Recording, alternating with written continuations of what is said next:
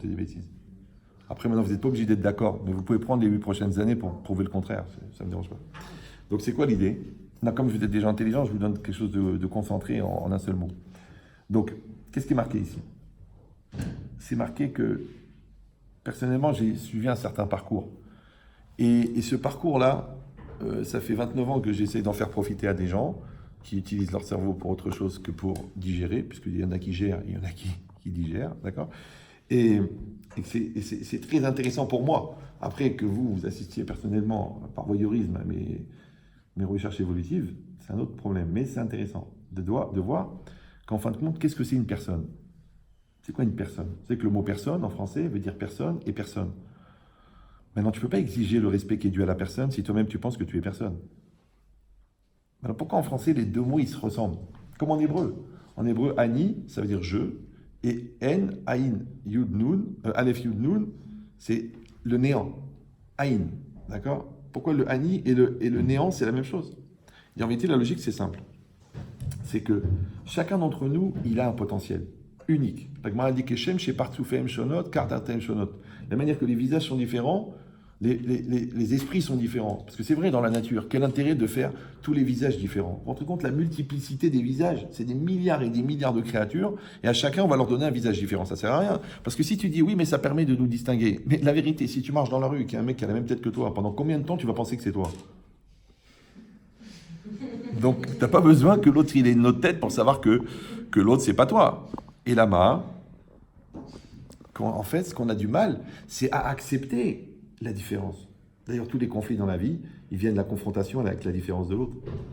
C'est très très compliqué d'apprendre à respecter assez l'autre pour pas imaginer que l'autre en existant m'empêche d'exister. Donc ça demande un certain travail, ça s'appelle le mariage. Oui. Mais dans cette logique-là, c'est quoi? C'est que moi, je sais que j'ai quelque chose d'unique. Et ce côté unique, c'est ce que je dois révéler. En français, on appelle ça être quelqu'un. De bien, être quel. Bon, d'accord. Donc quand j'essaye d'être quelqu'un, c'est unique. Mais pour être quelqu'un, il faut que tu développes ton côté unique. Maintenant, si tu veux être comme tout le monde, mais il faut savoir une chose, que si chacun c'est quelqu'un, tout le monde c'est personne. Tout le monde c'est personne. Oui, non. Chacun c'est quelqu'un, tout le monde c'est personne. Non, c'est un cumul de quelqu'un, tu vas me dire. D'accord. Ah, c'est la nuance. Il y en a à peu près 50. Ouais. Mais c'est quoi l'idée? Ouais. C'est que tout le monde, c'est personne en vérité. Ouais. Maintenant, comment espères-tu devenir quelqu'un en faisant comme tout le monde, puisque tout le monde, c'est personne? Maintenant, il faut que tu deviennes quelqu'un. Si tu n'arrives pas à devenir quelqu'un, tu vas devenir quelconque. C'est une expression. Quelconque. D'accord? Maintenant, c'est quoi un oncle? Un oncle, c'est le contraire d'un intelligent. Intelligent en philosophie, c'est quoi? C'est la capacité d'adaptation. Donc la bonnerie, avec une lettre d'écart dans l'alphabet, c'est l'incapacité à s'adapter. C'est quoi l'incapacité à s'adapter? C'est que je n'arrive pas, que mon côté unique, il s'inscrive avec harmonie dans le côté unique de ma réalité. C'est comme si tu as une prise américaine en France. Comme disent les informaticiens, ça fait chier. C'est pas grave. Bon, elle passe en France. Hein. Donc ça veut dire quoi? Ça veut dire que ta prise, elle ne passe pas. Parce que c'est une prise américaine et toi, tu es en France. Alors ça ne rentre pas. Il faut un adaptateur. Voilà. Ou alors il faut que tu fabriques ta prise française. Et bien c'est exactement pareil. Tu vas fabriquer ta personne. Toute ta vie, c'est ça la vie. Toi, tu crois que tu deviens ingénieur. Mais non, tu deviens un homme avec une fonction qui s'appelle ingénieur. Toi, tu crois que tu deviens papa. Mais non, tu deviens un homme avec une fonction papa. Alors toi, tu crois que tu deviens un époux. Mais non, tu deviens un homme avec une fonction époux. Parce qu'en vérité, tu deviens quelqu'un, et ce quelqu'un-là, il va vivre des expériences, et les expériences, par extension de ton existence, elles sont là pour que tu existes. Et exister, c'est être, extérieur, exister, c'est être à l'extérieur. En français, on appelle ça réaliser. Maintenant, le problème, c'est que pour exister, il faut qu'il y ait quelque chose dedans à faire exister.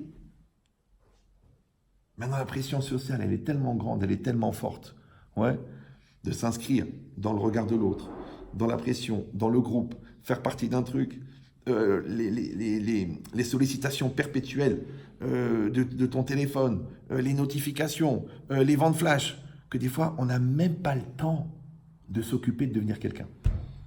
Comment on le sait? Entre 40 et 50 ans, quand la personne elle fait la crise. Parce qu'une pression, ça va, mais dépression, ça va pas. Mais la dépression, c'est quoi? C'est ce que c'est la dépression? C'est le fruit du stress. Et c'est quoi le stress? Le stress, c'est le malaise développé par la distance entre la personne que tu devrais être et la personne que tu es. C'est-à-dire que quand tu portes une valise, quand tu la portes à bout de bras, même si tu es un élève de Schwarzenegger, le rave, ouais, au bout d'un moment, ça va bouger comme ça. C'est normal. Pourquoi? Parce qu'il y a une distance. Mais quand tu prends cette valise et tu la prends à bras le corps, c'est connu au niveau physique, le poids va être mieux réparti et tu vas pas sentir son poids. Encore plus si tu as envie de la porter. Parce que maintenant, elle est portée par la motivation et tout le monde sait que le poids de la valise dépend de la motivation que tu mets à porter. Donc maintenant, qu'est-ce qui se passe? C'est pour ça que l'haltérophile, il arrive à soulever 260 kg, alors que toi, tu n'arrives même pas à faire rouler l'haltère par terre. Pourtant, vous avez la même musculature. Qu'est-ce qui s'est passé? La motivation. Donc la logique, c'est quoi? C'est que si une personne, elle n'est pas capable d'avoir développé une personne intérieure assez forte pour être capable d'orienter l'énergie qu'elle véhicule, il va lui arriver une chose très grave, c'est qu'elle n'a pas vécu sa vie. Maintenant, elle va vivre, hein. Elle va manger, elle va dormir, elle va faire des enfants, elle va acheter des appartements, elle va tromper sa femme, enfin, un classique. Mais il va manquer l'essentiel. Il va manquer que tu n'es pas devenu toi-même. Alors, tu es devenu qui exactement? Ben, le regard de l'autre, le rêve de mes parents, l'image qu'on attend de moi, ou le contraire. Il y a des gens qui confondent contrariété, contradiction et personnalité. C'est des gens qui disent tout le temps non. Non, je suis pas d'accord, non, non. Mais quand tu lui demandes qu'est-ce que tu penses, il dit moi rien de spécial, mais le contraire de toi. Pourquoi? Parce qu'ils n'ont pas développé le côté personnel. Et c'est difficile de développer le côté personnel parce que c'est plus facile de mentir que de dire la vérité. On le dit d'ailleurs, la personne elle ment. Et puis quand elle n'arrive pas à l'assumer, elle s'entête. Et là, ça devient carrément le mensonge que tu gardes en tête. Ça s'appelle l'entêtement d'ailleurs. Mais pour ça, il faut être capable de se remettre en cause. Et la remise en cause, c'est un level. Très haut level. Pourquoi? Parce que même si vous parlez français, je vais me permettre quand même de vous traduire un mot que vous utilisez souvent. C'est la remise en cause. La remise en cause. On parle français. Hein. Moi aussi, je parle français. Donc, il y a la cause. C'est la loi de causalité. Cela entraîne cela, qui est une base de la croyance aussi, parce qu'il y a la cause de la cause de la cause de la cause, jusqu'à revenir à Dieu, qui est la cause des causes. D'accord? Moi non plus. Alors donc ça, c'est la loi de causalité. Ok, c'est la cause. Après, il y a la mise en cause. C'est quoi la mise en cause? C'est d'accepter que je suis la cause. Si quelqu'un va dire, écoute, c'est très anxiogène ce que tu dis, parce que c'est encore à cause de moi, à chaque fois c'est à cause de moi, c'est à cause de moi. Attends. Ça, j'ai jamais compris. Hein. Depuis que je suis jeune, j'ai pas compris. Quand on dit à quelqu'un c'est à cause de toi, pourquoi tu t'angoisses? Puisque ça veut dire aussi que c'est grâce à toi. Vous me dites oui ou non? Si je dis que tu es la cause, c'est toi qui as foutu la merde. Ok, mais ça veut dire aussi que tu peux tu peux sauver la situation parce que c'est à cause de toi. Alors pourquoi tu prends toujours la dimension anxiogène et complexante de la cause? Mais t'es la cause, c'est extraordinaire, c'est la cause, tu tiens le volant. Tu dis alors quoi, c'est moi qui ai fait l'accident? Non, tu peux l'éviter.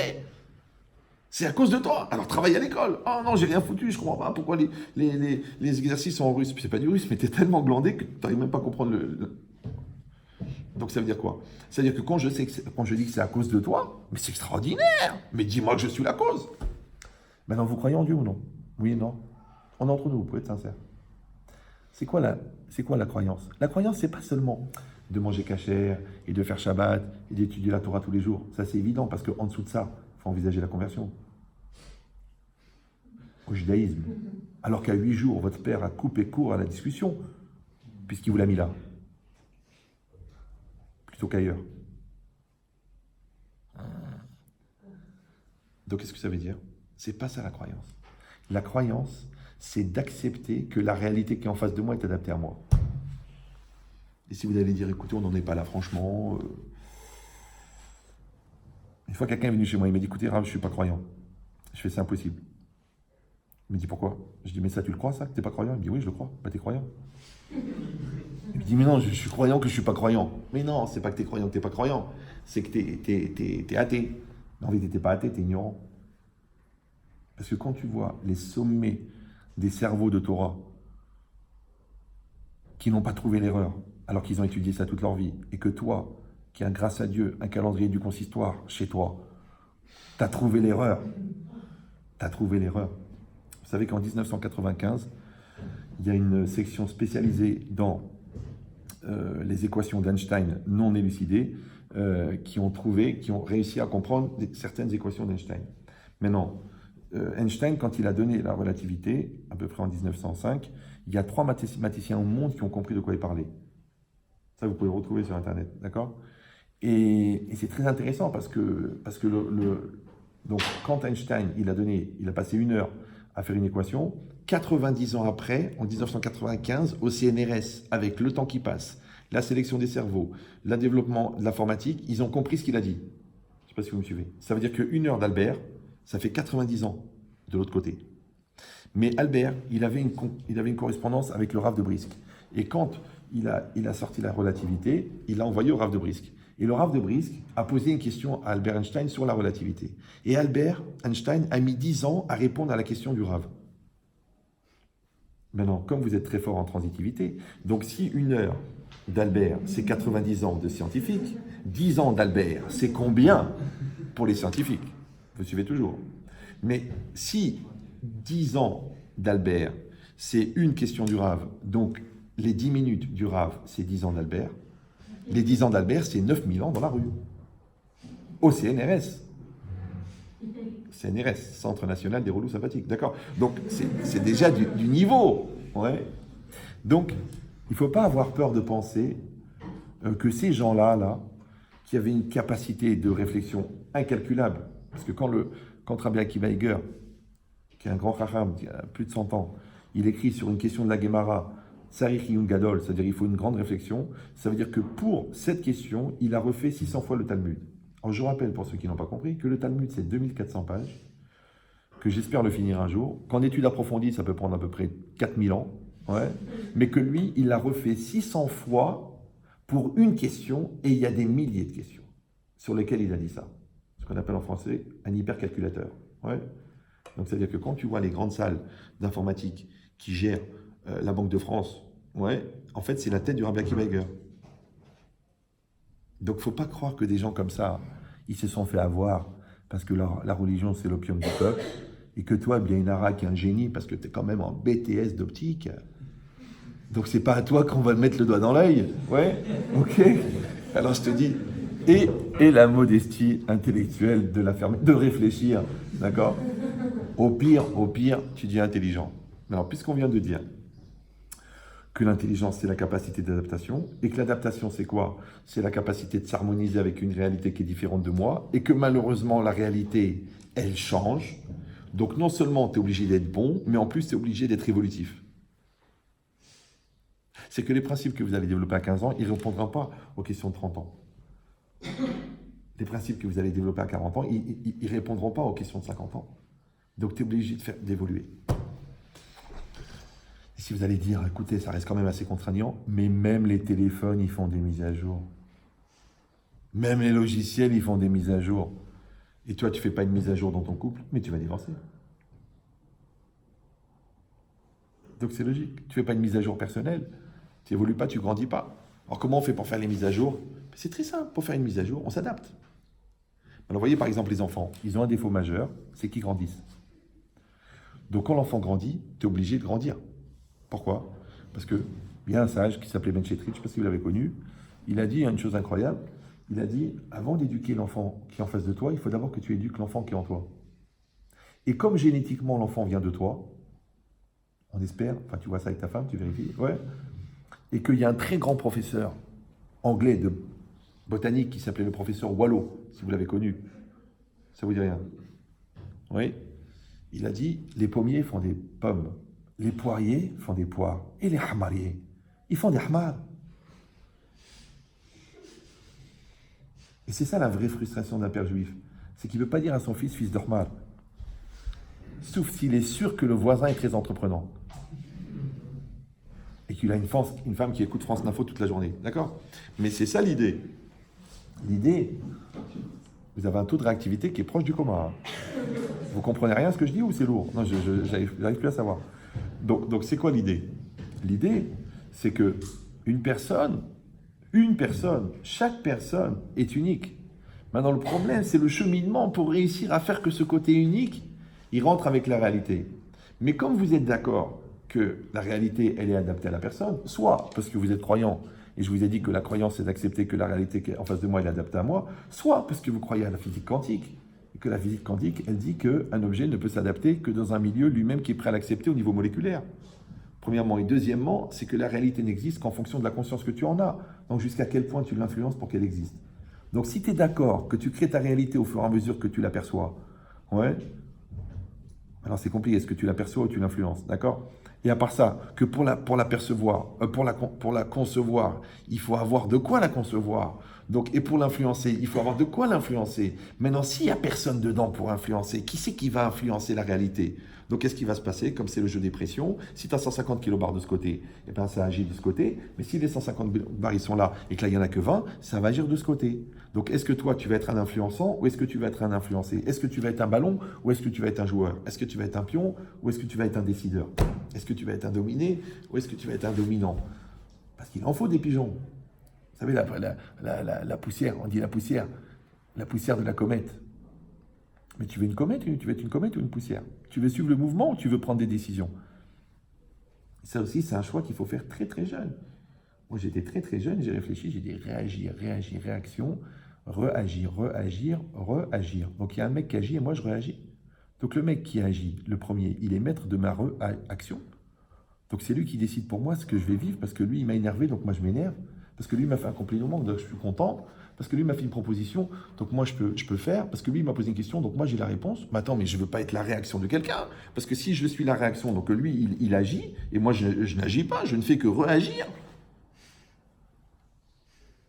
Donc, je ne veux pas être en réaction, je veux être en décision. Le problème, c'est que pour être en décision, il faut que la décision, elle parte de toi. Il faut qu'elle vienne du plus profond de toi-même. Ça s'appelle une pensée originelle, qui n'est pas l'influence d'un milieu. Et ça, c'est pas facile. C'est pour ça que le Maharal de Prague, il donne une image incroyable. Il dit l'homme ressemble à un cercle. Bon, je sais que vous avez déjà tracé un cercle, et pour ça, on a inventé un outil extraordinaire qui s'appelle le compas, et d'ailleurs, qui est très très intelligent, comme l'exprime son nom en verlan. Quand vous prenez le compas, vous n'avez pas compris la blague? Ah d'accord. Je ne sais plus, là, je ne sais pas, je suis au-dessus ou en dessous, j'arrive pas à savoir. Donc, le compas, non j'exagère, c'est bien pire. Donc, le compas, il a deux parties, deux bras. Une pointe qui pointe, mais qui n'écrit pas, et une pointe qui écrit. Quand on parle du cercle, évidemment, on parle de ce qui apparaît sur la feuille. C'est le périmètre du cercle. Le cercle, c'est comme une droite dont les deux extrémités se rejoignent. Comme l'homme, le bien et le mal, ça se rejoint. L'intérêt et la subjectivité, ça se rejoint. Donc ça veut dire quoi? Ça veut dire que le cercle, c'est un ensemble de points. Maintenant, comment on fait pour tracer un cercle? On pointe le compas et on trace le cercle. Maintenant, la pointe, elle ressemble à la décision. Et le crayon, il ressemble à la réalisation. Quand tu fais apparaître le cercle, en fin de compte, tu fais apparaître le fruit de la réalisation du lien entre les deux bras du compas. Maintenant, premier problème, c'est que quand on a tracé un cercle, est-ce qu'on peut sortir le compas et retracer le même cercle, mais en mettant la pointe du cercle dehors? Oui, non? Non. La pointe du compas est toujours à l'intérieur du cercle. Or, comme on a dit que la pointe du compas, c'est la détermination, donc toi, tu ne peux jamais dire que c'est à cause de ou grâce à que j'ai fait mon cercle.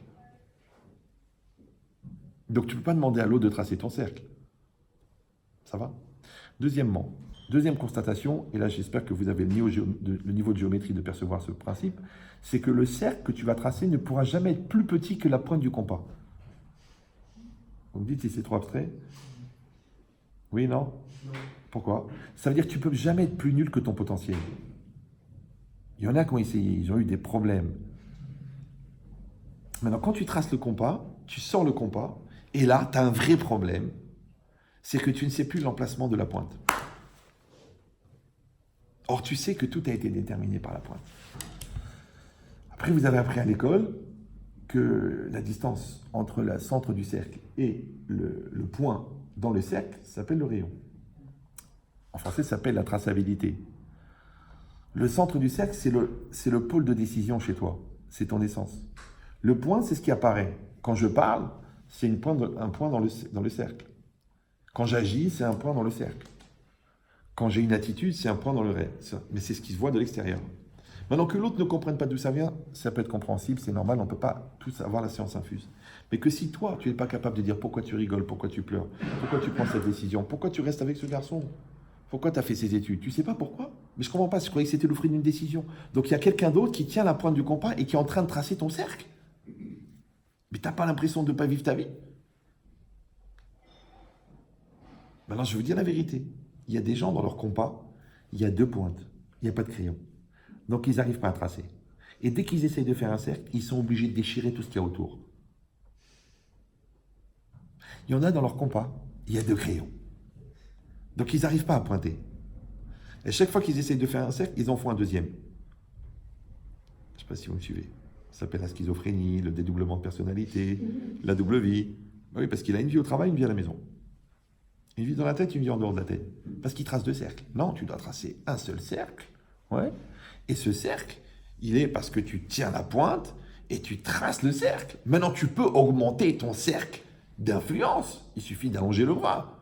D'accord? Il y a des gens qui arrivent à influencer 100 000 personnes dans le monde et il y a des gens qui n'arrivent même pas à faire asseoir leur chien. Mais coucher!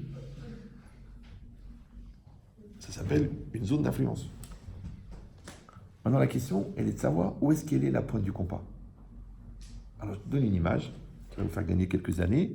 Vous prenez, vous savez, les poupées russes. Les poupées qui s'emboîtent, pas les gens que vous allez voir là. Non, les poupées qui s'emboîtent les unes dans les autres. La poupée la plus profonde, c'est la neshama, c'est l'âme. C'est l'essence de l'être, c'est l'origine essentielle de l'énergie première. Appelle-la comme tu veux, on s'en fiche. La deuxième, c'est le psychique, le moi, d'accord? Le cœur, dans le langage des sages. Au-dessus, il y a le corps, le gouffre. Et au-dessus, il y a le vécu. Exactement pareil que l'ordinateur. La neshama de l'ordinateur, c'est le DOS. Le système d'exploitation qui correspond au psychique, c'est le Windows. Le corps qui accueille toute l'électronique, c'est la tour de l'ordinateur. Et tous les périphériques qui permettent d'avoir un lien avec l'extérieur, le modem, l'imprimante, le scanner, ça, c'est le vécu. Maintenant, les 4 sont adaptés l'un à l'autre parce que l'un ne peut pas marcher sans l'autre. Maintenant, quand j'ai dit tout à l'heure que chacun d'entre nous, il a une âme unique. Donc, il a aussi un système d'exploitation unique, qui s'appelle le psychique. Donc, ton intellect actif, ta sensibilité, ta perception de la réalité, ta capacité à absorber de la culture, à gérer de la culture, à gérer le regard de l'autre, à gérer tes peurs, tes stress, tes mal-être, connaître ton corps, ça, c'est personnel à toi, ça s'appelle ton psychique. D'accord? En résumé. Après, il y a le corps. Chacun d'entre nous a un corps différent. Il y a un très très grand médecin non juif qui a dit le seul intérêt qu'on a trouvé à faire qu'on a tous un corps commun, c'est de comprendre qu'en fait, comment ça se fait qu'on a une réaction différente à la maladie. On a tous un système respiratoire, d'accord? L'autre, il attrape des grippes tout l'hiver, et l'autre, il court dans la neige, il n'a rien. L'autre, il a gardé il a tenu son cancer pendant 14 ans, et l'autre, il est mort d'une grippe foudroyante. Donc en vérité, quand on te dit que ton âme est unique, que ton psychique est unique, que ton physique est unique, et que ton vécu est unique, c'est pas un jeu de mots, c'est réel. Donc tant que tu n'es pas en situation de savoir qui tu es, tu ne peux pas te comparer avec quelqu'un d'autre puisque l'autre aussi, il est unique. Tu ne peux pas non plus accuser l'autre de ce que tu es puisque c'est toi qui tiens la pointe du compas. Tu ne peux pas non plus demander à l'autre d'être à ta place puisque lui, il a le même problème que toi, il veut lui aussi exister. Tu ne peux pas imaginer que l'autre t'empêche d'exister puisqu'il faudrait qu'il rentre à l'intérieur de toi.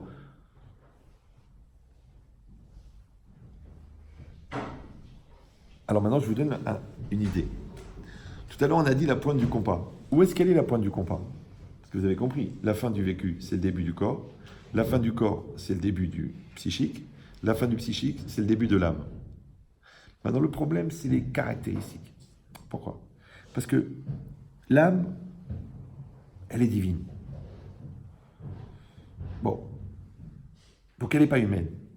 D'accord? Comme elle est divine, elle n'a pas été créée. Comme elle n'a pas été créée, elle n'a pas de début. Comme elle n'a pas de début, elle n'a pas de fin. Le corps, lui, c'est de la viande, organisée plus ou moins harmonieusement selon le basal pondéral de chacun. Donc on se retrouve avec un sac de viande et une âme. Et au milieu, le psychique. Le psychique, c'est un curseur. Soit tu vas l'orienter vers ton corps, soit tu vas l'orienter vers ton âme. Alors évidemment, avant d'arriver à ton âme, tu as le point zéro, d'accord? Zéro, tu as projection, réflexion, synthèse. Après, tu as psychologie, musique, philosophie, méditation, transcendance, âme. Tu as le contraire aussi. Ouais, tu as zéro, perception de la réalité, lien à la réalité, influence de la réalité. Lorenz, il a dit que la matière, elle influence l'homme, ouais, et l'homme influence la matière. D'accord? Après, tu as addiction. Après, tu as pamplemousse vendu par deux, porté par des personnes du sexe opposé. Ouais. Après, tu as identification de toi au mal, quand ton Annie devient mal, ce qu'on appelle animal. Et après, tu as le niveau équatorial. Ouais. C'est pour ça que les chassidim, avant de prier, ils mettent une ceinture, parce qu'il y a le bas et il y a le haut. Et c'est pour ça qu'on met une kippa au-dessus de la tête. Limite supérieure, le bon Dieu, parce que des fois que tu te prends pour le bon Dieu, je rappelle qu'il y en a qui ont essayé, ils ont eu des problèmes. D'ailleurs, ils ont été très très vite épinglés, d'accord? Mais, enfin, c'est une histoire qui ne vaut pas un clou, on ne va pas s'apesantir, puisque la preuve, c'est que même eux ont fait une croix dessus. D'accord? Donc voilà. Donc c'est quoi l'idée? C'est que tu n'es pas Dieu, je m'excuse pour ceux qui le pensaient, et tu n'es pas non plus un chien. Tu es juste entre les deux. Ouais. Maintenant, après, tu vas décider, tu vas monter ou tu vas descendre. Alors, c'est vrai que des fois, on a des tentations comme ça d'élaborer des principes qui vont ridiculiser la relativité d'Einstein et de s'approcher d'Eliyahu Hanavi et d'étudier la Kabbalah avec Rabbi Shimon Bar Yochai. Et d'un autre côté, on voudrait être enfermé avec 32 call girls et 5 boîtes de Viagra dans une chambre à Las Vegas. C'est ça le problème. C'est ça le problème. C'est les deux côtés. Oui, il faut choisir. T'es qui, toi? T'es l'animal ou t'es l'ange? T'es qui? T'es infini ou t'es fini? Parce que l'âme, vous avez compris, elle est infinie. L'âme, elle n'est pas matérielle. L'âme, elle est intemporelle. Si quelqu'un veut dire, écoutez, scientifiquement, ça reste peu plausible. Vous savez qu'il y a quand même je sais que la religion, que la science a été créée pour lutter contre la religion, je suis au courant, j'ai lu l'histoire. Ouais. Mais il y a quand même des scientifiques qui sont tellement abasourdis par l'harmonie de l'univers qu'ils ont pensé que c'était pas possible que ça soit fait tout seul. Même je sais qu'on vous enseigne pas ça à la fac, mais c'est normal, parce que comment le prof, il va sortir avec toi s'il pensait qu'il y avait une justice. Voilà. D'accord? Donc c'est quoi l'idée? C'est que on prend cette logique-là, qu'il existe une dimension infinie chez l'homme. Une fois, j'ai attrapé un neuropsychiatre, je dis, j'ai une question à vous poser. Moi, j'ai eu la chance, j'ai pas fait d'études. D'accord? J'ai arrêté au bac, après juste une vingtaine d'années d'études talmudiques, mais le reste, j'ai pas fait. Donc, quand je rencontre des spécialistes, je prends, je lui dis, vas-y, explique-moi la lumière en 10 minutes, j'ai pas le temps. D'accord? Et je prends comme ça des trucs, et après, je compare. Là, j'ai parlé avec le professeur Sahel, qui est un des plus grands ophtalmos du monde, sur est-ce que l'œil est une caméra qui envoie des signaux au cerveau, ou est-ce que l'œil lui-même est un continuum du cerveau, à partir d'un Rashi dans la Gemara Kiddushin qui a été donné il y a 2000 ans. Et lui, il m'a dit, écoutez, c'est incroyable ce que vous dites, parce que voilà, sur ce sur quoi on travaille en ce moment. Le niveau d'interprétation de l'œil lui-même, indépendamment du cerveau. Je ne sais pas si ça vous dit quelque chose, vous n'avez pas eu le temps de réfléchir à ça. C'est intéressant. Mais c'est quoi l'idée? L'idée, c'est que... Je ne sais plus de quoi je parlais. Ah oui, donc j'ai demandé à ce neuropsychiatre, mais d'après vous, on est de la viande? Il m'a dit oui, on est de la viande, élaborée. Parce que les futurs ordinateurs seront biologiques, donc on peut s'imaginer les capacités du cerveau qui sont 100 fois plus fortes que le plus grand des ordinateurs aujourd'hui, au niveau nombre d'opérations. Alors je lui ai dit, mais d'après vous, comment l'homme il peut conceptualiser l'infini puisqu'il ne le contient pas? Et vous savez qu'on ne peut pas rêver d'une chose qu'on n'a jamais vue. Il m'a dit non, c'est l'imagination. Je fais non, ça ne marche pas. Donc ça veut dire que l'homme, il contient l'infini. D'ailleurs, très très basiquement, quand tu dis à une femme je t'aimerai pour toujours, ça ne veut rien dire. Parce que même ta voiture, tu ne vas pas la garder toujours. Ta maison, tu ne vas pas la garder toujours. Toi-même, tu ne vas pas vivre toujours. Pourquoi tu dis à une femme je t'aimerai pour toujours? En philosophie, ça s'appelle un PAC. Un piège à... Ou non, ça veut dire que vraiment, il y a une dimension infinie dans l'amour. Alors d'après nous, il n'y a pas de problème. Parce que nous, on dit l'amour, c'est l'équivalence des volontés. Et la volonté vient de l'âme. Donc comme la volonté dans son essence, elle est infinie, donc je peux imaginer que la rencontre de deux volontés, elles dureront pour l'infini. Si on arrive à trouver la longueur d'onde et qu'on la fait perdurer pendant toute sa vie. D'accord? Mais ça veut dire que ça existe. Alors c'est quoi cette idée? Donc vous avez une neshama qui est infinie, d'accord? Et qui va produire une énergie. Cette énergie, quand elle arrive dans le nefesh, dans le psychique, on l'appelle en hébreu le ratson. En éthique médicale, on appelle ça la vie. Parce que c'est quoi la vie? C'est vivant. Moi, j'ai un copain à moi qui a fait 50 physiques et 12 ans de médecine pour comprendre pourquoi une cellule, elle est vivante par rapport à une molécule quelconque. Pourquoi cet atome-là, c'est du plastoc et celui-là, c'est une cellule? C'est des atomes. C'est quoi la vie dans l'atome? Vous avez expliqué ça à la fac ou non? Oui, non? C'est intéressant. Pourquoi c'est vivant, ça? Par rapport à l'autre. Bon, lui, le pauvre, il est devenu alcoolique. Tellement il a souffert de ne pas trouver de réponse. Mais l'idée en soi. Bon, un alcoolique spécial. Le gars bourré à l'examen, il avait la meilleure mention. Donc, pour te dire que, heureusement qu'il se bourrait, sinon les autres, ils seraient suicidés. Mais non, il était très, très intelligent. Mais c'est quoi l'idée? L'idée, c'est que quand cette énergie-là, qui sort de l'âme, elle arrive dans le psychique. D'accord? Alors, pour vous donner un exemple très, très grossier, c'est comme le courant électrique. Vous savez que quand vous payez l'électricité, vous ne payez pas la fabrication du courant. Vous payez l'utilisation du courant. Parce que si vous deviez payer la fabrication, il faudrait acheter une centrale électrique. Donc, vous payez l'utilisation. Donc, l'électricité, on vous l'amène jusqu'à la prise. Après, qu'est-ce que vous faites, vous? Vous branchez à l'appareil. Un frigo, ça fait du froid. D'accord? L'ordinateur, ça fait marcher l'ordinateur. La chenille, ça fait de la musique. Mais vous ne faites que brancher, donc vous ne faites qu'utiliser l'énergie. De la même manière. Imagine que l'âme, c'est une espèce de compresseur qui fournit une énergie extrêmement puissante, qui par définition est infinie, puisqu'elle provient elle-même d'une source divine qui est infinie. Et cette énergie, elle passe par le psychique. Au moment où elle arrive dans le psychique, elle est prise en charge par le psychique et s'appelle la volonté. Donc quand je dis je veux, en vérité, le je, c'est moi, mais le veux, non. D'accord? Maintenant, moi je parle, attention, c'est très important, de l'énergie elle-même, pas la connotation de l'énergie. La connotation de l'énergie, c'est toi qui vas la mettre, ce qu'on appelle en français la personnalité.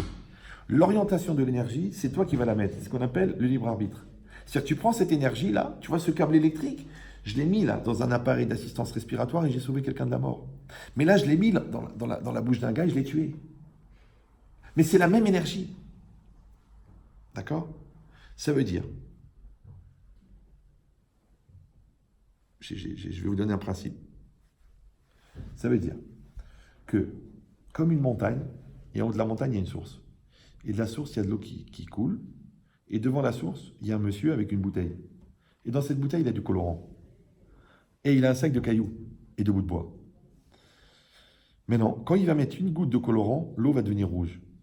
Avec les bouts de bois et des cailloux, il peut orienter le ruisseau qui sort de la montagne. En résumé, la montagne, c'est le corps. La source, c'est l'âme. L'eau qui coule, c'est l'énergie de l'âme. Le monsieur, là, c'est le psychique, c'est le moi. Le bouteille de colorant, c'est la personnalité qui peut donner une connotation à cette énergie. Et les bouts de bois et les pierres, c'est ce qui permet d'orienter cette énergie. Donc en résumé, attention. L'âme, elle est divine. L'énergie qui sort de l'âme, elle est aussi divine. Le moi, c'est moi. Le reste, c'est la nature. Donc, qu'est-ce que c'est l'homme? Écoutez bien, l'homme, ça n'est qu'une connotation personnelle et une orientation personnelle qui est mise à l'intérieur d'une énergie qui le traverse. Bah oui, la preuve, c'est qu'avec tout ce que tu veux comme personnalité, le jour où tu meurs, tu bouges plus. Moi, j'ai demandé à des médecins, je comprends pas, le mec, il a tout ce qu'il faut. Pourquoi il meurt? C'est quoi la mort? La mort, médicalement, c'est quoi? Intéressant. Comment il est mort, le mec? Bah écoutez, il s'est arrêté de vivre. Ouais, super, 20 ans d'études, bien là. Ouais. Pourquoi il est vivant là? Là, il est vivant, il a tout. Il a encore des poumons, un système sanguin, il a tout, des zones, des articulations, il a des globules blancs, des globules, il a tout. Pourquoi il se lève pas, le mec? Tu dis, allez, Maurice, lève-toi. Il bouge pas. T'as l'impression que vraiment, c'est mort. En fait, il est mort. En fait, qu'est-ce qui lui manque par rapport à 5 minutes? Il lui manque l'âme. Tu dis, non, c'est pas l'âme, c'est autre chose. Bon, alors appelle-le comme tu veux, on s'en fout. Mais en tout cas, il lui manque quelque chose. Ce quelque chose-là, quand il est vivant, qu'est-ce qu'il produit? Tu dis, ben, il produit la conscience. Non. Non, la conscience, c'est le psychique. Qu'est-ce qu'elle produit? Elle produit la volonté. Maintenant, la volonté, quand elle, encore une fois, l'énergie de la volonté, vous avez senti la nuance ou non? Ah, c'est dommage. Je préfère être explicite parce que sinon vous allez croire. Parce que si je dis que l'énergie vient de l'âme, comme l'âme est divine, donc vous allez dire que c'est Dieu qui donne la volonté à l'homme, donc qui oriente la vie. Donc on est des robots. Non. L'énergie de l'âme, elle vient de l'âme. L'âme est divine. L'énergie de l'âme, elle vient de l'âme. Mais l'orientation de l'énergie, là où tu vas mettre la prise, et la connotation, ce que tu vas mettre dedans, c'est humain. D'accord? C'est-à-dire que le choix, il t'appartient, mais la vie, elle ne t'appartient pas. D'ailleurs, on peut diviser une cellule vivante, mais on ne peut pas rendre vivante une cellule qui n'est pas vivante. Tu vois bien que ça ne t'appartient pas. Et le jour où on va cloner un homme, ma chère va venir, parce qu'on aura fini le cercle. Et on s'avance doucement. Ouais. Parce que ma chère, il arrive. Donc c'est quoi l'idée? C'est que quand on réfléchit à ça, et ça c'est très très intéressant, et même si je sais que vous êtes fatigué, qu'il y en a qui prient pour que je m'étouffe, mais restez concentrés parce que ça va vous faire gagner à peu près 17 ans de vie. Quand je dis que cette énergie, elle me traverse, d'accord? Puisqu'elle est infinie, et que moi je suis fini, donc en la maîtrisant, je vais pouvoir produire quelque chose d'infini. Alors qu'est-ce que c'est un idéal? Qu'est-ce que c'est une cause? Qu'est-ce que c'est une finalité? Qu'est-ce que c'est avoir un amour sans fin? Qu'est-ce que c'est la passion? Qu'est-ce que c'est la clairvoyance? Qu'est-ce que c'est la capacité du diagnostic? Qu'est-ce que c'est la perception du réel? Qu'est-ce que c'est l'anticipation du futur? Mais c'est la Neshama. Moi, j'ai parlé avec des médecins, mais c'est un tueur. Je dis, mais monsieur, ok, mais il y a 42 symptômes. Il y a à peu près 240 diagnostics. Comment vous êtes arrivé à ce diagnostic-là? Pourquoi vous avez dit que c'est ça? Et un spécialiste, le mec, il te dit, vous avez ça va durer une semaine, vous allez vous en sortir. Et les autres, qu'est-ce qu'ils ont dit? Non, c'est autre chose. Vous savez, quand vous avez mal ici, vous allez voir un gastro, il vous dit, ah, ben, c'est une inflammation de l'estomac. Vous allez voir un spécialiste du dos, il dit, en fait, tu as un pincement des vertèbres qui rayonne sur le devant. Tu vas voir un gynéco, il te dit, bah, c'est les ovaires. Tu dis, mais je suis un homme, ça n'a rien à voir. D'accord? Donc, c'est très, très dur d'avoir un diagnostic clair. Ouais. En vérité, pourquoi? Alors moi j'ai raconté à un de vos camarades que j'ai fait une fois une conférence sur la part de l'instinct dans l'établissement du diagnostic, dans la relation entre le patient et le thérapeute. Et c'est très intéressant. Parce que c'est quoi une intuition? Ouais. Par exemple, les intuitions d'Einstein, on disait à la fin de sa vie, il n'avait pas le don de démontrer. Parce que la démonstration pour Albert, c'est pour prouver à l'autre qu'il a raison. Mais quand quelqu'un n'a plus besoin de prouver, il peut suivre ses intuitions.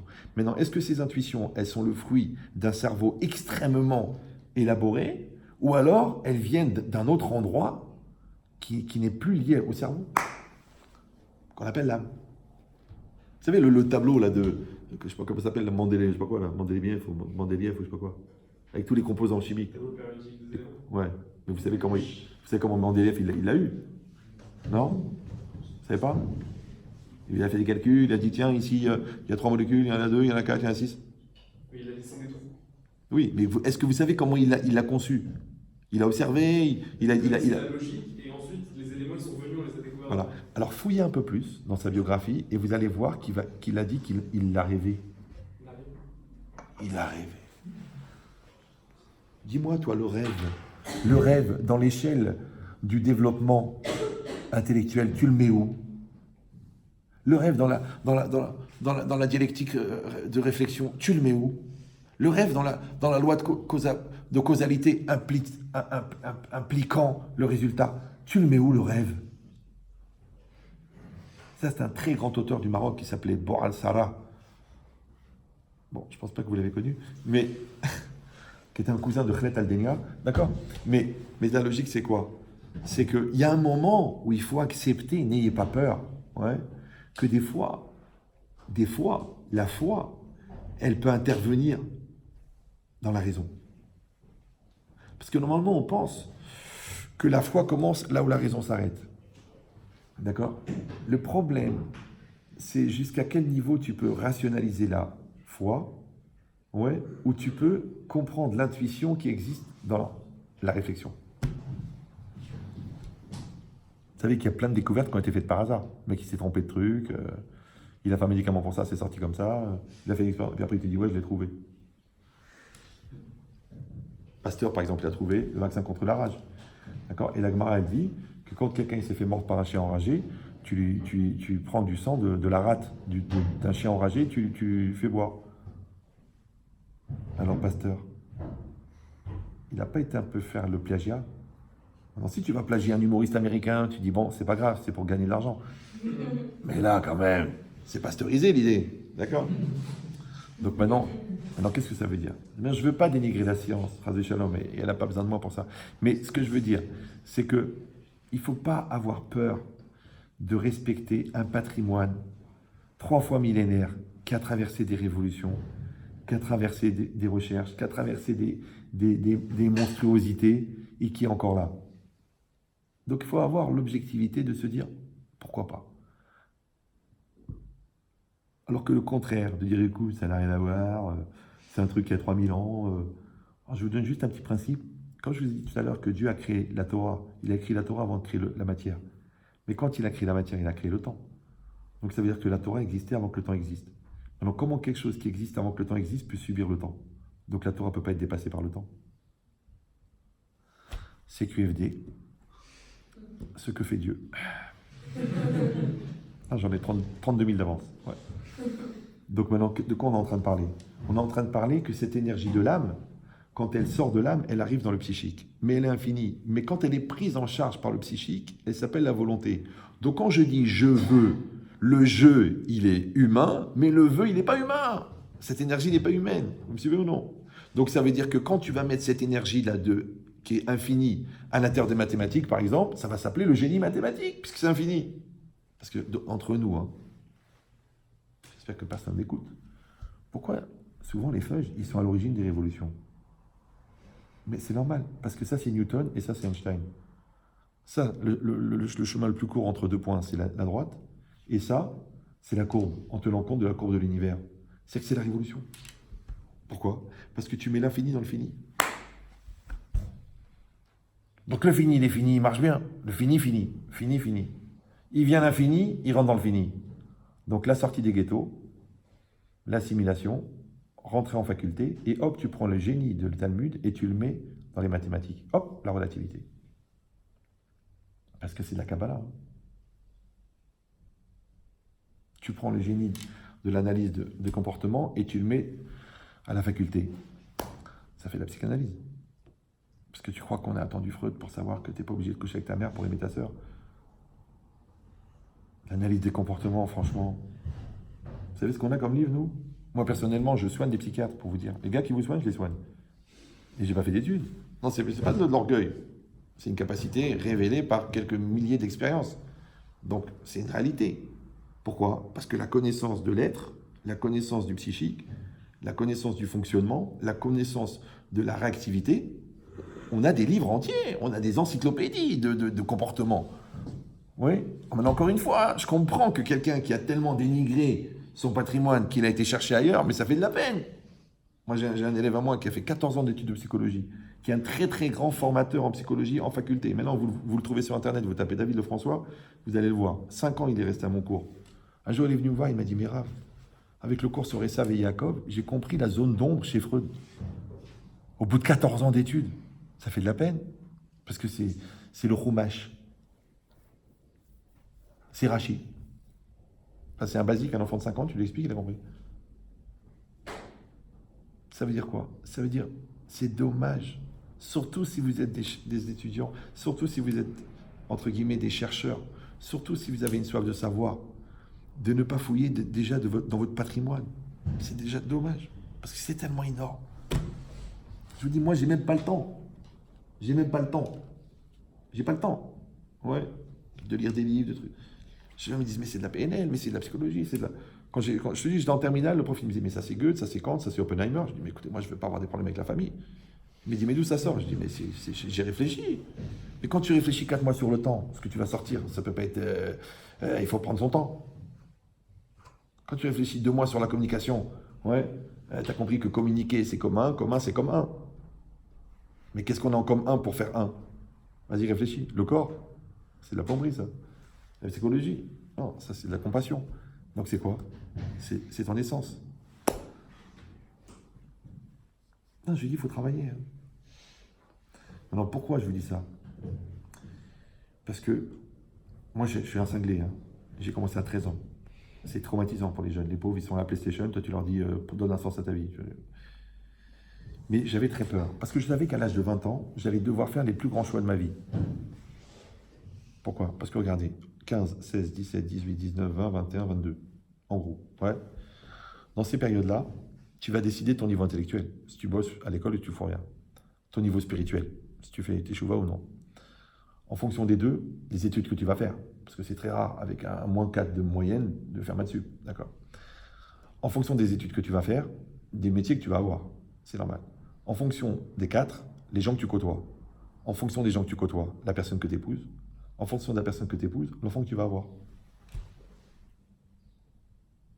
Donc, c'est pas le moment d'être con, là. Ah ben non, parce que là, c'est les 20 prochaines années. Et comme une de mes activités, c'est de m'occuper un peu du service après-vente, du Shalom Bayit, d'accord? Et que malheureusement, quand les gens y viennent en consultation, après 10, 15, 20, 30 ans de mariage, on est obligé de faire un retour en arrière et de reprendre la chronologie des faits. Et qu'on arrive à l'adolescence, et qu'on arrive aux crises, et qu'on arrive aux peurs, et qu'on arrive au stress, et qu'on arrive au malaise. Parce qu'encore une fois, tu récoltes ce que tu plantes. Et tu trouves ce que tu cherches. D'accord? Donc, si au moment de la décision fondamentale, d'accord, de la personne que j'épouse, de la vie que je vais mener, de l'orientation que je vais donner à mes choix, du métier que je vais faire, j'ai pas la tête pour le faire, parce que j'ai tellement la tête dans le guidon et pas assez de recul, que j'ai raté le fondamental pour le superficiel.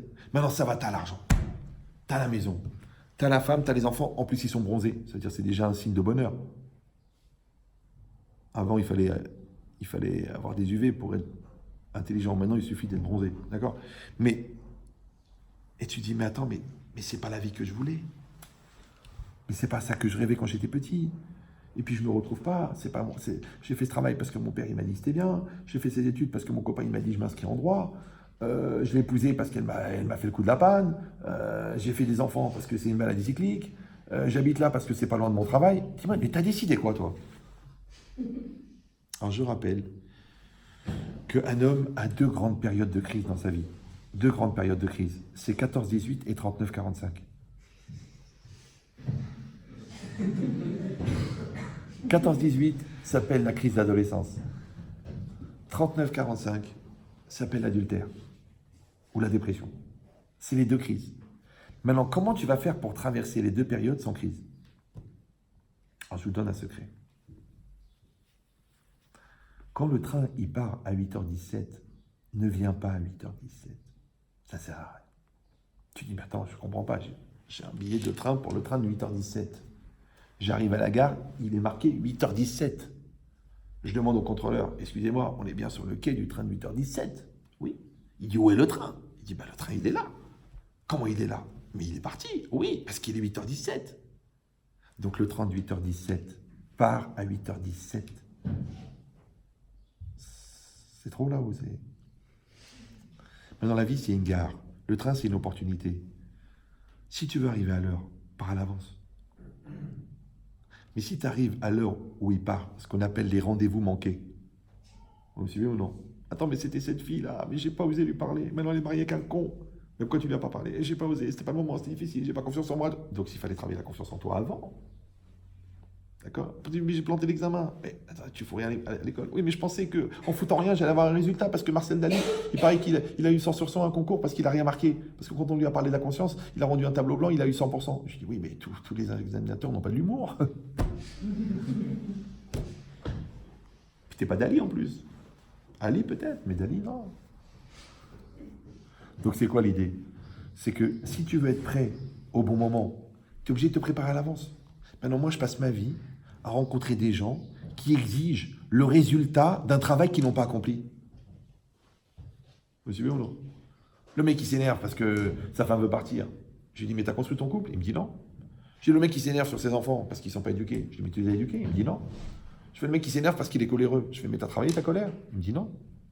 Je ne comprends pas. Celui-là, il s'énerve parce qu'il n'arrive pas à finaliser ses projets. Je dis, mais toi, tu t'es finalisé, toi? Parce que la finalisation, c'est quoi? C'est l'ombre.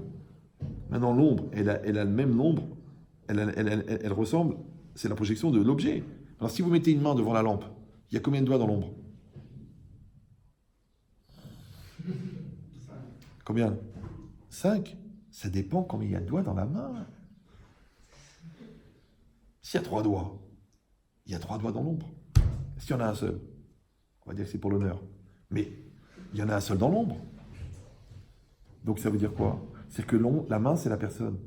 Et l'ombre, c'est ton acte. Ton acte, il est la projection de ta personne. Donc si tu es complet, tu produis du complet. Si tu es incomplet, tu produis de l'incomplet. Alors si déjà tu n'arrives pas à finir ta phrase, et tu viens, tu me dis j'arrive pas à finir mon diplôme, mais pour produire du fini, il faut être fini. Fini, c'est construit. Construit, c'est complet. Complet, c'est entier. Entier, c'est quoi? C'est le contraire de manquant. Manquant en hébreu, c'est chasser. Comment on appelle Yetzer Hara dans la Torah? Chasser. Le mauvais penchant, c'est le manque. Je vous donne une image. Vous avez une bouteille là. Vous la voyez ou non? Si vous ne la voyez pas, il faut acheter un chien. Vous la voyez, d'accord. Imaginez, elle est pleine, elle est neuve, elle n'est pas ouverte. Il y a marqué 1 litre. Elle contient combien? 1 litre. Si je l'ouvre et je la vide dans une bassine, il y a combien d'eau dans la bassine? 1 litre. Combien il manque dans la bouteille? 1 litre. Ça va jusque-là ou c'est trop violent? Première constatation. Quand j'ai vidé l'eau, la bouteille se remplit d'air. Qui a mis l'air? Je sais, vous allez me dire, la nature n'aime pas le vide. Donc elle est venue comme ça, toute seule. C'est rien qui a mis l'air. D'ailleurs, on l'appelle l'air de rien. Nous, on dit c'est Dieu qui a mis l'air. Le scientifique va dire c'est la pression qui a mis l'air. Moi, en tout cas, je sais une chose, moi, perso. C'est que celui qui a mis l'air, c'est celui qui a enlevé l'eau. Vous suivez ou non? Donc, quand tu n'as pas mis la bonne ambiance, tu as mis la mauvaise. Quand tu n'as pas fait les efforts, tu as mis l'échec. Quand tu as mis l'impureté, tu as enlevé la pureté. Quand tu as mis la pureté, tu as enlevé l'impureté. Donc il n'y a pas, genre, je ne sais pas d'où ça vient. Comme encore tout à l'heure, un gars au téléphone qui en pleure parce qu'il me dit que sa femme veut le quitter parce qu'il l'a trompé. Il me dit, mais je vous promets, je n'ai pas fait exprès. Je me dis, comment, elle t'a violé ou quoi? Il me dit, mais Rabben Chetri, il faut que des femmes, vous ne savez pas, c'est trop difficile, c'était plus fort que moi, c'était... Alors le mec, il a 42 ans, il est médecin. Je dis, attends, tu vas prendre un HBM à moitié fou, qui a la moitié du cerveau qui a été arraché par une mobilette. Ok. Mais là, le gars, il était major promotion. En médecine, ça va, ça, c'est pas un débile. Il me dit, Rabben Chetri, c'était plus fort que moi, c'était plus fort que moi. Je dis, écoute, je vais t'expliquer une chose. JH2, ça veut dire jeune Rahmal au carré. Il y a le jeu intérieur, le jeu extérieur. Le jeu intérieur, c'est le potentiel. Le jeu extérieur, c'est le réel. Celui que tu vois, c'est le jeu extérieur. Celui que tu ne vois pas, c'est le jeu intérieur. Maintenant, toi, tu dois faire que le jeu intérieur et le jeu extérieur, ils soient les mêmes. En français, on appelle ça être soi-même, le même que soi. Maintenant, le problème, c'est qu'il faut développer le jeu intérieur et développer le jeu extérieur. Maintenant, il y a beaucoup de gens qui développent le jeu extérieur. Il y a peu de gens qui développent le jeu intérieur. On a dit tout à l'heure que le décalage entre le jeu intérieur et le jeu extérieur crée le stress. D'accord? Maintenant, le jeu intérieur, il s'appelle la maturité. Le jeu extérieur, il s'appelle l'efficacité. Le jeu extérieur, c'est celui qui fait. Le jeu intérieur, c'est celui qui veut. Maintenant, quand je fais ce que je veux, ça s'appelle la linéarité existentielle. Maintenant, il y a peu de gens qui font ce qu'ils veulent. Pourquoi? Parce que pour faire ce que tu veux, il faut déjà vouloir, il faut maîtriser le vouloir. Et deuxièmement, il faut que le jeu il soit construit. Tu dis, mais comment le jeu il peut être construit? Il ne peut pas être construit parce que c'est moi. Alors, je vous donne, c'est très simple. Le mec, il a fait une grosse bêtise. Une très grosse bêtise. D'accord? Donc, tu veux l'empêcher. Tu dis, écoute, attention, elle est mariée, elle a 4 enfants. Toi aussi, tu es marié, tu as 4 enfants. Je sens que tu vas vers une pente dangereuse. Le mec, il dit, je m'en fous, je fais ce que je veux. Ok. Donc, il a dit la phrase de la liberté, la phrase de la maturité. Je fais ce que je veux. Super. Bon, il fait la bêtise. Et puis, d'un seul coup, il m'appelle en crise. Il me dit, écoute, Ria, je t'en prie, est-ce que je peux dormir chez toi? Parce que le mari de la fille, il me cherche. Et il est tireur d'élite. Je dis, alors répète après moi. Itkadal, Vitkada, Shemerama. Tu vas mourir. Mais pourquoi je vais mourir? C'est rien, c'était juste comme ça pour s'amuser. C'était juste sexuel. J'adore quand il dit ça. C'est juste sexuel. Et c'est quoi plus? Alors je dis, mais comment tu as pu faire une chose pareille? Écoute la réponse. Écoutez bien. Le même gars qui a dit, je fais ce que je veux, il te dit, c'était plus fort que moi. Et là, c'est très intéressant au niveau de l'analyse psychiatrique. Je, tu, il, nous, vous, il, c'est des pronoms personnels. Mais c'est apostrophe, c'est quoi? C'est impersonnel. C'est un déterminant impersonnel. C'est. Vous suivez ou non? Donc c'est très intéressant. C'est apostrophe était plus fort que moi. Ça veut dire qu'il y a un truc en moi, impersonnel, qui est plus fort que moi et qui m'a fait faire à moi des choses que moi, je ne voulais pas faire. Je pose la question, combien vous êtes là-dedans? Et comment il y a quelqu'un qui a pu prendre ta place? Puisque c'est pas toi. La preuve, dès que tu te fais attraper, première chose, c'est pas moi. Ouais. Deuxième chose, c'était plus fort que moi. Ouais. Troisième chose, c'est pas ce que je voulais, ça m'a échappé. Alors je comprends pas, mais t'es absent de ta propre vie. Et je rappelle que les absents ont toujours tort. Après tu dis, oui, j'étais amoureuse, oui, j'avais pas la tête, oui, j'étais pas concentré, oui, tu m'as poussé à bout, oui, tu m'as stressé, oui, tu m'as... Arrête de victimiser. Arrête de victimiser. Ouais. C'est ton choix. Tu étais là, tu as été, tu l'as fait. Tu as volé, tu as triché, tu as menti, tu as organisé l'adultère, tu as payé en liquide, tu t'es envoyé à toi-même un email comme quoi tu devais aller à Carpentras pour le séminaire. En fait, tu étais à Lyon avec ta maîtresse. Alors arrête de nous faire genre, je sais pas ce qui m'est arrivé, je n'étais pas moi-même. Arrête, t'es un scientifique, t'es un mec intelligent, t'es un chef d'entreprise, t'es un papa, t'es un grand-père. Arrête de faire le con, arrête. Assume. Je vous dis la vérité, la preuve c'est que je regrette. Mais comment tu peux regretter une chose que t'as fait consciemment? Comment tu peux regretter une chose que t'as fait volontairement? Comment tu peux regretter une chose que t'as fait en kiffant? Parce qu'il a kiffé. Vous savez que 85% des arrêts cardiaques qui interviennent pendant les relations sexuelles, c'est avec la maîtresse. Ta femme, elle ne va pas te tuer. Hein. Pourquoi? Parce que l'arrêt cardiaque, c'est une accélération du cœur qui vient de la passion. Et la passion avec ta femme, il y a ça. Donc en fait, cette femme-là, elle t'a tué. C'est pour ça que tu dis toujours, je l'aime à mourir. Eh ben, t'es mort.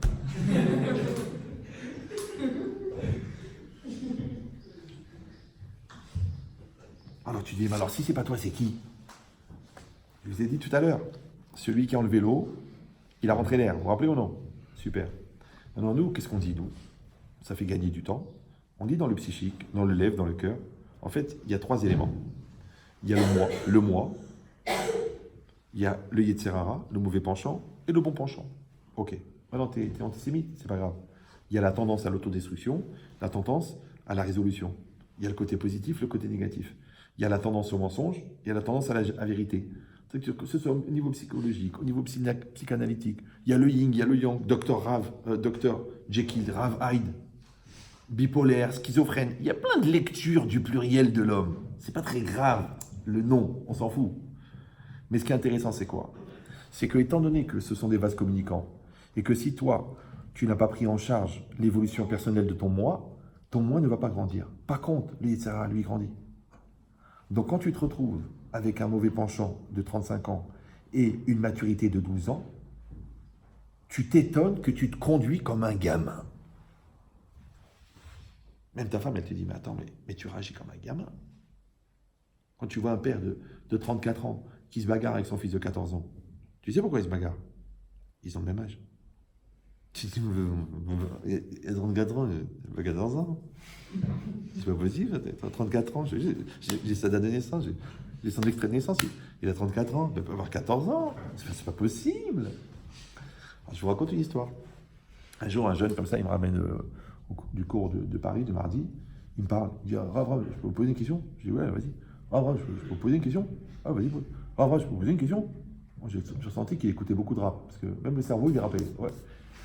Les communications, elles sont saccadées comme ça. Alors, j'ai dit, c'est quoi ta question? Il m'a dit, voilà Rav, en fait j'ai quitté l'école, j'ai pas dit à mon père, et je vends des trucs au téléphone, mais comme c'est très stressant, parce que les gens, ils vous raccrochent tout le temps au nez, et puis c'est pas évident de mentir toute la journée pour vendre des produits pourris, alors je suis obligé de fumer des joints, mais comme je fume des joints, j'ai besoin de beaucoup d'argent, et c'est le patron qui m'avance l'argent pour les joints, et maintenant je deviens très très nerveux, donc il m'a dit que je devais prendre un autre médicament pour assumer la nervosité des joints, mais du coup ça m'endort, donc du coup je suis obligé de prendre quelque chose de plus fort que le joint, donc je mélange un petit peu avec de l'amphétamine, et puis d'un autre côté, maintenant comme ça m'excite trop, donc je prends de la vodka toute la journée pour me revenir.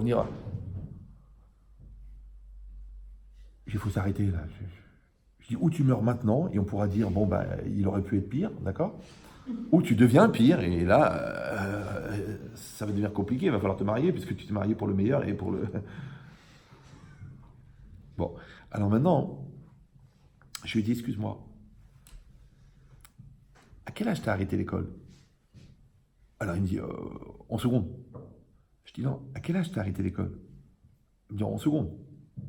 Je dis, non, à quel âge t'as arrêté de travailler à l'école? Oh, CE2. Je vous rappelle qu'un élève de terminale devient un élève de terminale pendant la classe de première. D'accord? Donc un homme de 22 ans devient âgé de 22 ans pendant sa 21e année. Ça veut dire que c'est l'épreuve qui te fait grandir, comme la scolarité te fait évoluer. Maintenant, si toi, tu as arrêté d'utiliser ton cerveau en CE2, donc tu as 22 ans avec un cerveau de CE2,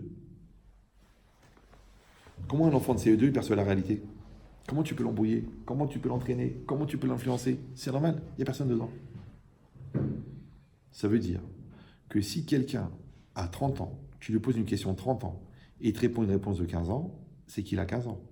S'il a 15 ans à 30 ans, ça veut dire que ça fait 15 ans qu'il ne répond pas aux questions, qu'il ne fait pas ses études, qu'il ne travaille pas à l'école. Maintenant, de la même manière que les mathématiques t'ont donné un niveau de mathématiques, de la même manière, les gens qui t'énervent t'ont donné un niveau de maturité dans la patience. Les gens qui te demandent quelque chose t'ont donné un niveau de maturité dans la bonté. Ouais. L'anticipation de la vie t'a donné un niveau de maturité dans la capacité à anticiper. Maintenant, malheureusement, étant donné que notre société, elle essaie de fabriquer des ingénieurs, mais elle ne se soucie pas forcément qu'ils soient normaux. Vous me suivez ou non?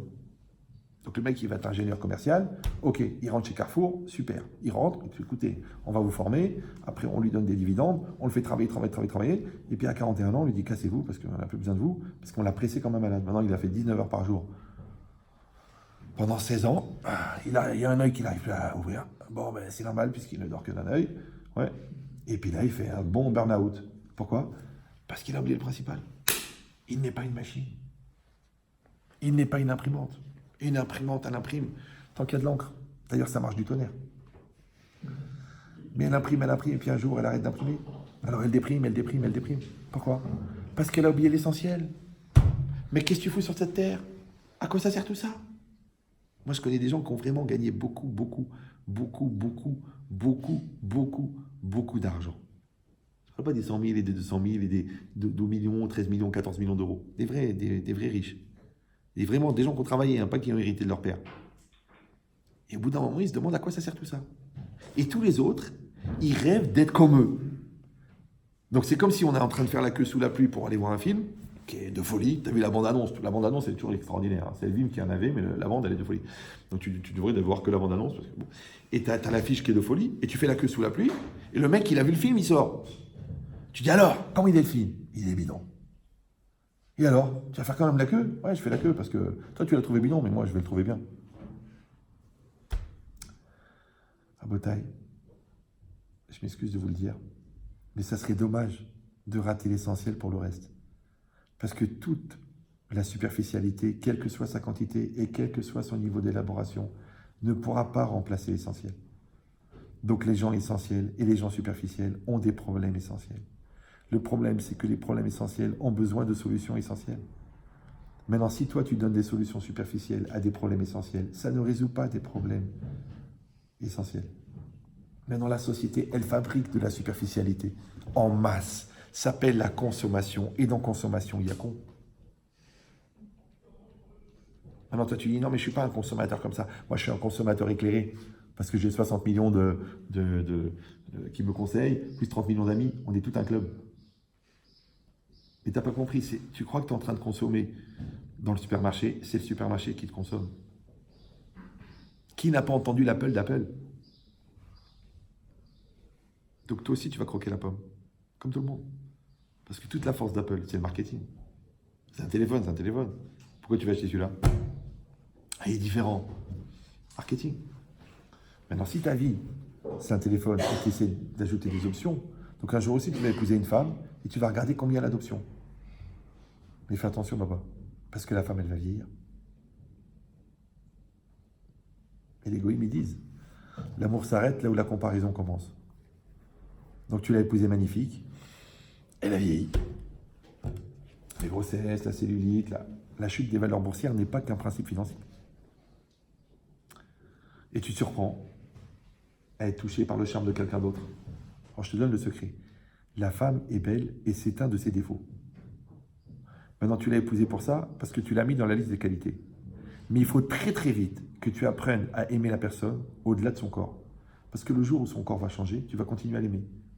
Mais si tu l'as aimé essentiellement pour son corps, le jour où le corps il va changer, tu vas revenir avec tes réflexes de consommation et tu voudras les produits de dernière génération. Allez voir sur lauralenou.com. Et ça, c'est de la logique, c'est même pas de la morale. Si je te parle de la morale, tu tires une balle. Donc ça veut dire quoi? Ça veut dire qu'une personne, elle doit se donner les moyens, elle doit travailler pour ça, d'acquérir la vraie joie. Parce que la société, elle vend du plaisir. Mais la vraie joie, c'est la satisfaction d'être. Or, tu ne peux pas avoir la satisfaction d'être si tu n'es pas. Maintenant, les gens, ils confondent le verbe avoir avec le verbe être. Donc, ils pensent que j'ai de l'argent, je suis heureux. Mais tu confonds deux attributs, le verbe être et le verbe avoir.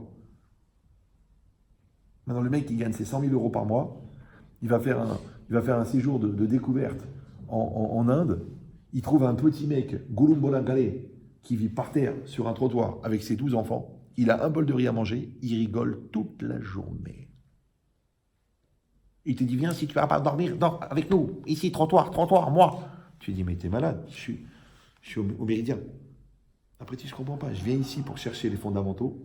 Alors, je gagne 100 000 euros par mois. J'ai 19 médicaments pour me soigner de tous les dérèglements que j'ai développés à cause du stress que je vis. Et le mec, il est heureux. Tu sais pourquoi? Parce qu'il est dans le fondamental, mais il n'a rien d'autre. Toi, tu as tout le reste. Combien il faut de superficiel pour combler une recherche fondamentale?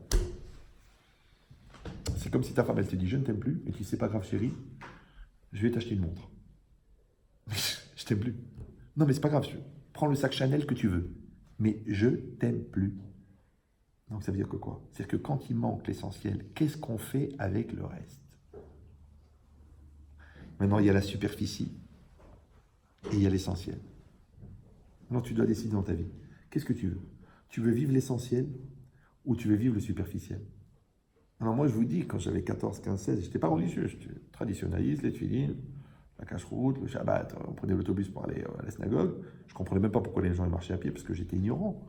Mais il y avait une recherche d'essentialité, qui est une maladie. J'ai cette maladie, c'est une recherche d'essentialité.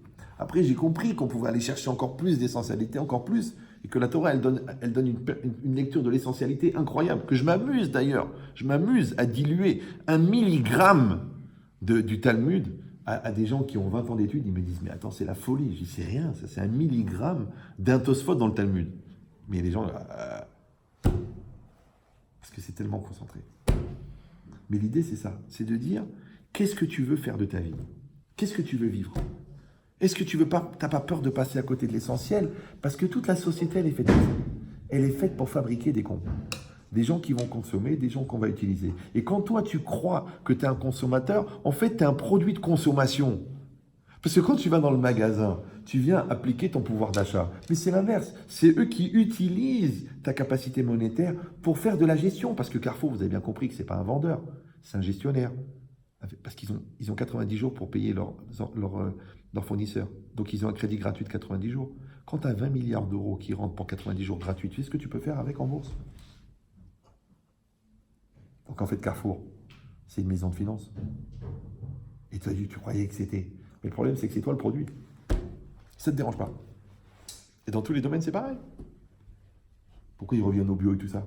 Parce que les grands labos, ceux qui font, grâce à Dieu, qui fabriquent la majorité des cancers. Mais il faut bien quelqu'un soigner, non? Et dans tout, c'est pareil. Un jour, tu vas recalculer les choses. Si vous connaissez le professeur Joyeux, ça veut dire rien? Il a un nom bizarre, mais c'est un des plus grands cancérologues de France. Et lui, il est une guerre contre les vaccins, contre le lait, contre les huiles qui ont été transformées, contre la chimie. Mais c'est de la folie. Mais allez voir, c'est qu'il a été rayé du Conseil de l'Ordre. Après, ils l'ont remis, ils ont vu que c'était... Il est plus balèze que les mecs qui l'ont rayé, donc automatiquement... Mais encore une fois, c'est pas pour vous montrer, genre, la société, elle est pourrie. Non, c'est pour vous dire que tout ça, ça va passer. Ça va passer, on va grandir, on va vieillir, on va mourir. Mais qu'est-ce qui va se passer entre les deux? C'est ça qui est important. Est-ce que tu vas vivre quelque chose de fondamental ou tu vas faire comme les animaux. Tu nais, on t'apprend à trouver à manger, tu manges et tu meurs. Non, peut-être qu'il y a autre chose. Alors n'ayez pas peur, étant donné que il se trouve par hasard que vous êtes juif et que vous avez une neshama et qu'elle est infinie. Alors tu vas te poser la question, pourquoi est-ce qu'on me donne des capacités infinies puisque de toute façon j'en ai l'utilité que pour des produits finis. Avec valeur ajoutée bien sûr. Donc tu fais l'inverse, tu fouilles. En français, ça s'appelle la remise en cause. Alors je dis tout à l'heure que la cause, c'est la loi de causalité. La mise en cause, c'est le sentiment de responsabilité. Donc c'est quoi la remise en cause? Tu es déjà responsable, tu es mis en cause. Ok, j'ai compris, je suis la cause et donc je gère ma liberté et donc je l'assume. Parce que tous les bons choix sont les choix qu'on assume. Ok, j'ai compris, je suis mis en cause. Eh bien ça me fait plaisir. Et je suis un patron, et je suis un boss, et je suis un mec. Ok, d'accord? Alors si j'ai déjà la mise en cause, qui est le niveau de responsabilité, à quoi ça sert? Qu'est-ce que c'est la remise en cause? Vous parlez français là? Eh bien la remise en cause, c'est la perpétuité du sentiment de responsabilité. Qu'on appelle en français la maturité.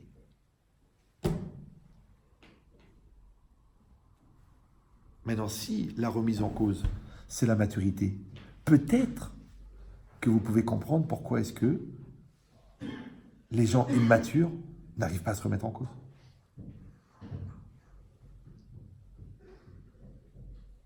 Mais aussi pourquoi les gens qui ne se remettent pas en cause, c'est un signe d'immaturité. Maintenant, je sais, encore une fois, que vous êtes des gens intelligents, et je sais que vous faites des études dures, et je sais que vous faites des choix, et je sais que vous faites des sacrifices, mais n'ayez pas peur. N'ayez pas peur de la remise en cause. Et si vous allez me dire, ah, je sais ce que vous allez... alors, et vous alors, pourquoi vous ne remettez pas en cause? Mais je fais que ça de la journée, moi. Mais ce qui est intéressant dans la Torah, c'est que quand tu la remets en cause, tu trouves des choses encore plus magnifiques. Ce qui est l'inverse en général de ce qu'on fait, parce que les trucs ne sont pas double face. Hein.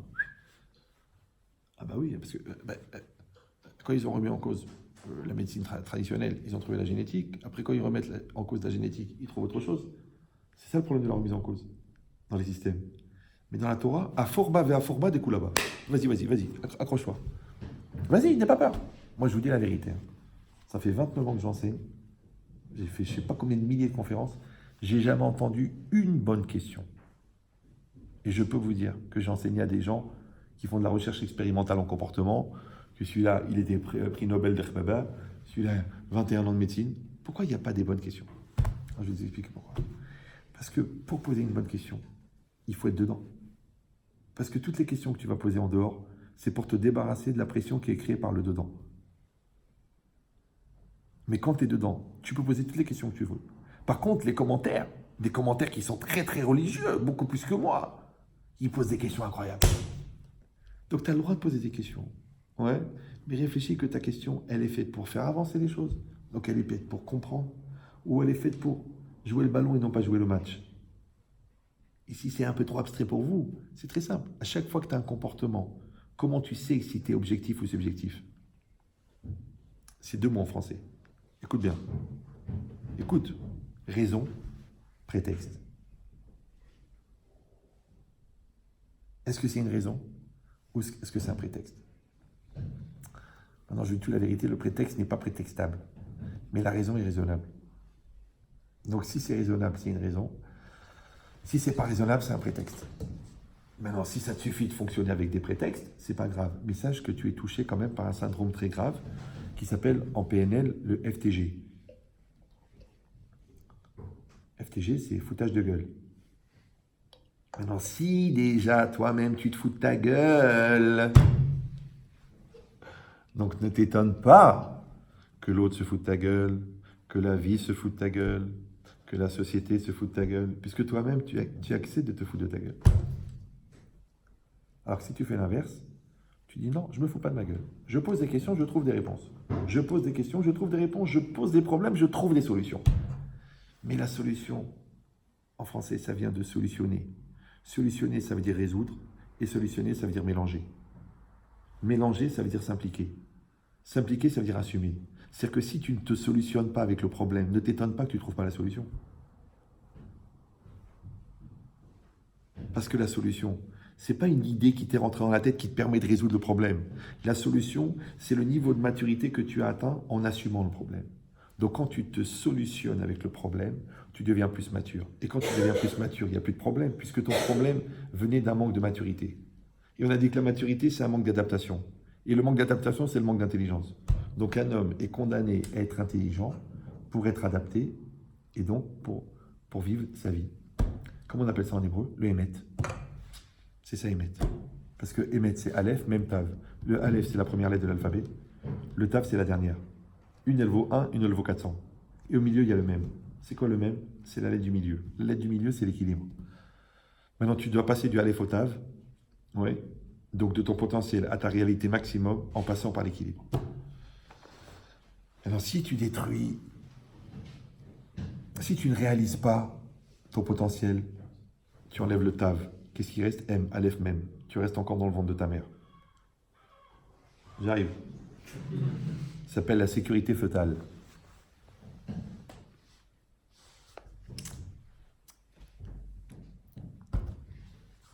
Je vous mime. Non, le mec, il peut être prof de fac, mais il est encore dans une sécurité fœtale. Vous suivez ou non? Au niveau psychologique. Donc si tu enlèves, si tu réalises pas ton être à l'extérieur, tu enlèves le tav, il reste le M. Si tu détruis ton potentiel, je suis capable de rien, j'y arriverai jamais, c'est trop dur, de toute façon je suis nul, tu enlèves le Aleph, qu'est-ce qui reste? Met. Met, c'est mort. C'est ça, mort. Les gens, ils croient que mort, ça veut dire arrêt cardiaque, arrêt du cerveau. Mais non, mais non. Mort, c'est non-réalisation d'un potentiel. Donc quand tu as un grand potentiel, tu ne réalises pas, tu dis que c'est mort. Quand tu aurais pu sauver ton couple et tu déconnes avec la voisine, c'est mort. Quand tu as un enfant extraordinaire, mais que tu ne lui fais pas confiance, c'est mort. Quand tu as un magasin qui est bien placé, mais que tu ne fous rien dedans, c'est mort. Qu'est-ce que tu as fait? Tu n'as tué personne, tu as juste détruit un potentiel. Or, rappelez-vous que quand on enlève la prise, la musique s'arrête. Le seul problème, c'est que les gens ne connaissent pas la différence entre le ventilateur et la chaîne IFI. Parce que la chaîne IFI, quand on enlève la prise, la musique s'arrête tout de suite. Mais le ventilateur, il continue à tourner. Donc tu crois qu'il s'aime encore, mais ça fait longtemps que le courant ne passe plus. Tu crois qu'il travaille à l'école parce qu'il y va tous les jours, en vérité, il ne faut rien. Tu crois qu'il s'investit pour sa thérapie, mais non, il y va juste parce que sa femme le saoule. En vérité, lui, il veut pas changer. Donc le ventilateur, il continue à tourner malgré que le courant ne passe plus. Oi, oi, oi. Donc il faut laisser brancher la prise à la source. Et en même temps, il faut travailler. Ça s'appelle en français un être vivant. C'est ça, Chai. C'est pour ça que c'est marqué Vachai Bahem. Ouais. À propos des commandements de la Torah, Vachai Bahem. Ils vivront pour elle, ils vivront par elle, ils vivront à travers elle. Confirmation. Je ne connaissais pas ce bruit de texto. Mais l'idée, c'est ça. C'est que vous, j'ai dit tout à l'heure que Hachem, il a écrit la Torah avant de créer le monde. Qu'est-ce qu'elle contient, la Torah? Elle contient les mitzvot. D'accord? Les mitzvot, c'est l'acte que chaque juif il doit accomplir. Mais comme ces mitzvot, elles viennent de Dieu et qu'elles existaient avant que le monde existe, donc elles sont bien au-delà de la dimension matérielle de la mitzvah. Maintenant, quand moi je vais m'inscrire dans la spiritualité de la mitzvah, je ne suis plus soumis à la temporalité de la mitzvah, ni à la temporalité de la matière. Maintenant, je vous ai dit tout à l'heure, il faut choisir ou l'essentiel ou le superficiel. Maintenant, toi, tu peux être dans l'extériorité des choses, mais il te manquera quelque chose. Vous savez qu'est-ce qu'elle a dit, la patronne de Vogue, la créatrice de Vogue, après 50 ans de succès, avec la cause des femmes qu'elle a développée, avec la personnalité, avec le business qu'elle a fourni, elle a dit, malgré tous les succès que j'ai pu atteindre, je n'ai pas retrouvé la brillance de la lumière des yeux de ma grand-mère quand elle allumait les Ner Shabbos. Parce que c'était une juive ashkénaze. C'est intéressant. Que la bonne femme, elle a fait tout ça dans le monde matériel pour ne pas retrouver la simplicité de la spiritualité qu'elle a recherchée. Parce que le fond des choses, c'est la spiritualité. Maintenant, les gens, ils ont fabriqué de la spiritualité par V. Genre le bonheur, le succès, the couple. Je connais les patrons. D'accord? Donc, c'est quoi l'idée? C'est de croire que C'est ça la réalité. Mais tu peux me dire comment ça se fait que les mecs qui ont tout ça, ils sont pas heureux. Tu peux me dire pourquoi les grands acteurs américains qui gagnent 20 millions de dollars par film, ils sont toute la journée en train de... Pourquoi tu as besoin? Tu as tout ce qu'il faut. Moi, j'étais à Beverly Hills plusieurs fois. Ils m'ont montré, c'est la maison de Brad. Qui, le pitre? Ouais, c'est lui. Ouais. Donc, tu dis, mais le mec, il a tout. Il a la blonde, il a la brune, il a 1800 mètres carrés habitables, il a une piscine dans la voiture, il a une voiture dans la piscine, il a 42 millions de dollars dans son compte courant, il a des placements dans le monde entier. Qu'est-ce qu'il a besoin? C'est bizarre, non? Alors, je vais dire pourquoi. Parce qu'un mec qui est payé pour ne pas être lui-même, à la fin, il ne sait plus qui il est. Comment tu fais pour assumer que le fait que pour continuer à être une vedette, tu dois continuer à ne pas être toi-même?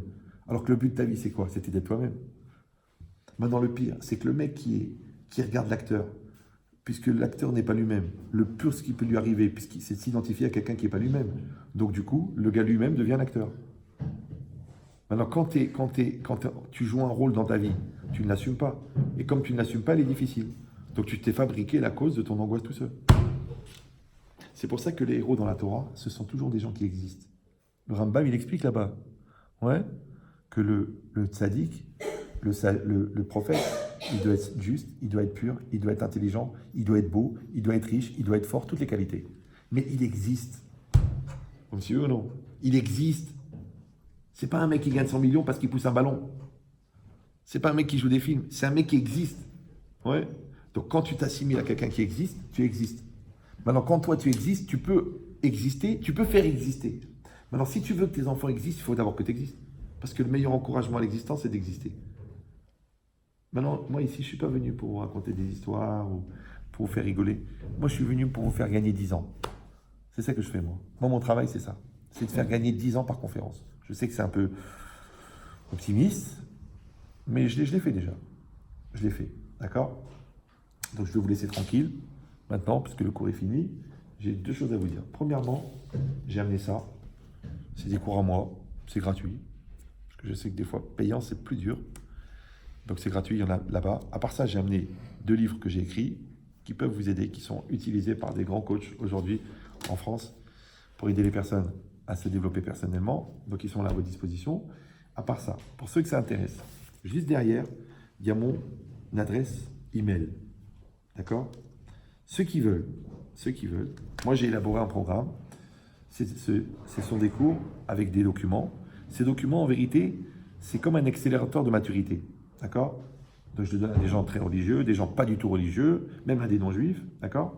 Et en vérité, c'est quoi? C'est que mes cours, si vous avez écouté, si vous êtes senti un peu touché, un peu concerné, un peu bouleversé, parce qu'en fait, ce sont des séances de comportementalisme. D'accord?